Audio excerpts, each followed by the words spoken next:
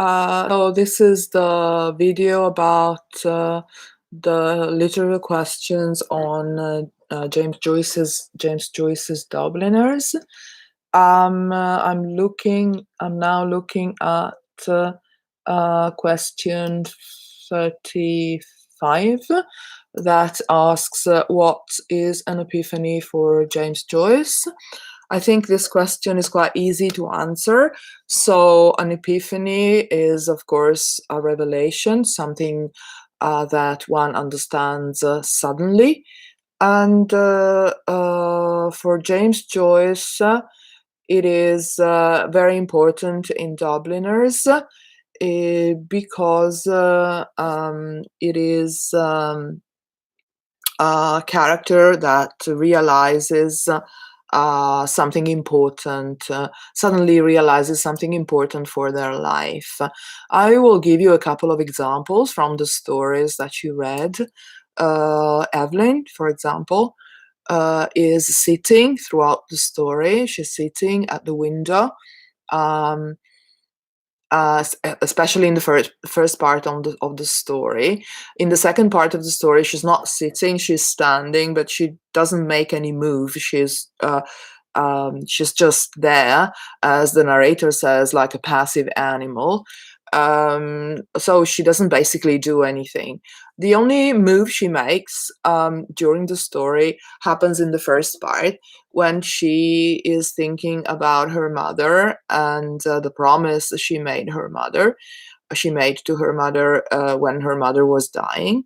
And in this moment in the story, she suddenly stands up. She was sitting and she suddenly stands, and she doesn't really say, she thinks, but we understand that she, in her free, in direct speech or thought, she says, escape. She must escape.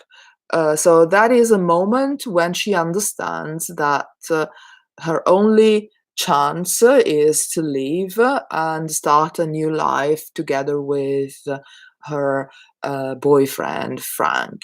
He wants to take her to Argentina. At the same time, she doesn't do anything, so she understands that she can't leave. But that's an epiphany. That's a moment in which she suddenly understands something important. Throughout the stories in Dubliners, you have characters having epiphanies about their own life or other people's life, and understanding something that they should do or something that they can't do. Uh, but let's say that because nearly actually all of the characters in the collection are, again, paralyzed or passive people, that is, they can't improve their condition, their epiphanies are basically useless. And most of them don't even understand that they're having an epiphany.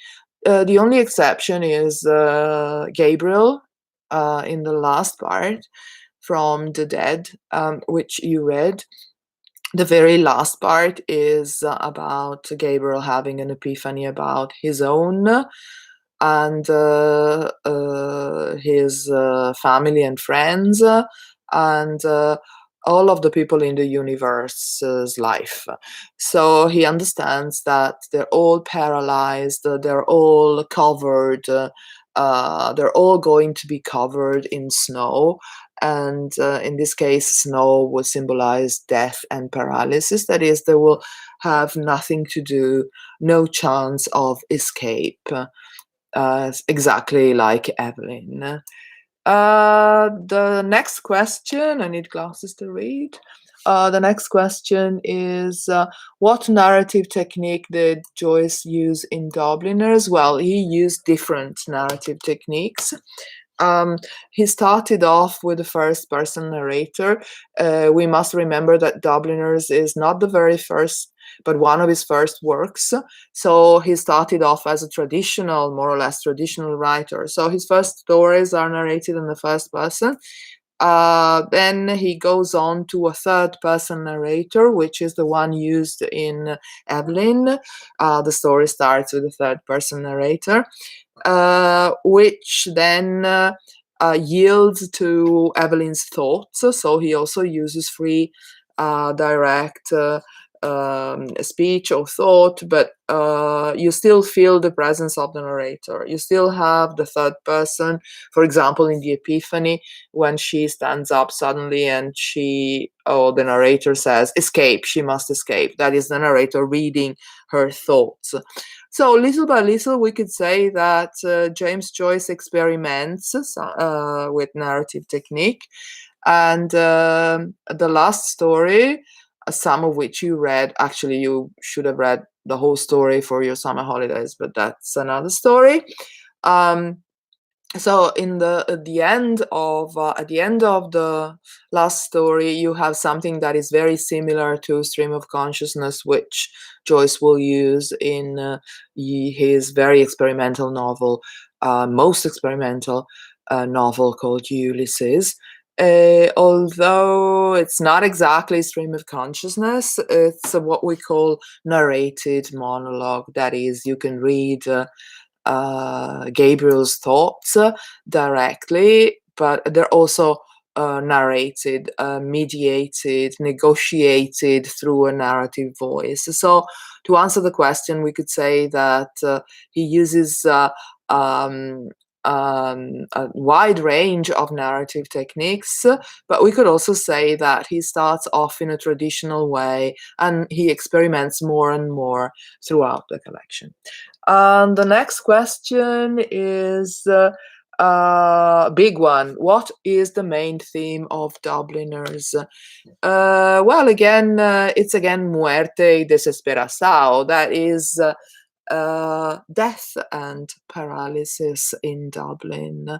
All of the stories are about people who are failures, people who failed.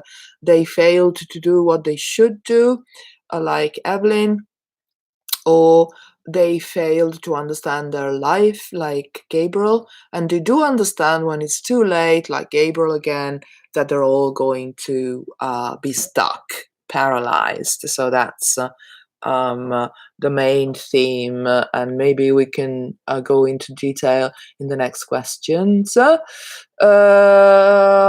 the next question is question 38, that is, who are the main characters in The Dead modeled on? I'm sure you can answer this question. Main characters, Greta and Gabriel Conroy. They're clearly modeled on James Joyce himself and his beloved wife, Nora Barnacle, who was his muse.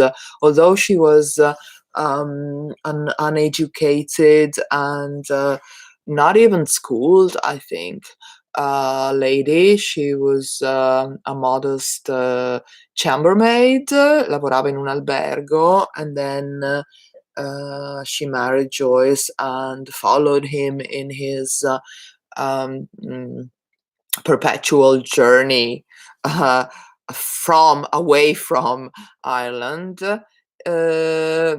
But nevertheless, she was so important to him and to his work. Uh, and she was inspirational and always there for him and the love of his life. The next question is again easy. It's about some other works by James Joyce. So you should have the whole range of different works he produced in your notes. But anyway, we said that Dubliners is not his very first, although he is among his first works. His first work was actually a collection of poems that was called Chamber Music, which is interesting because music is so important. It was so important to Joyce and his life. It's commonplace that the Irish are really very much into music, at least as much as the Italians, if not more than us. And then He started writing Dubliners when he was in Trieste. That's a place where we were going to, but now we're not going anywhere. Sorry about that. Next, he wrote in 1916. Dubliners were published in 1914. In 1916, that's 2 years later, he published his experimental, but not as experimental as Ulysses' work that was called The Portrait of the Artist as a Young Man, also known as Daedalus, where you have one of the characters of Ulysses. Stephen Dedalus is the protagonist of this novel, and also very autobiographical because it's also based on Joyce himself, and of course set in Dublin. And then, of course, you have Ulysses, which is his most famous work.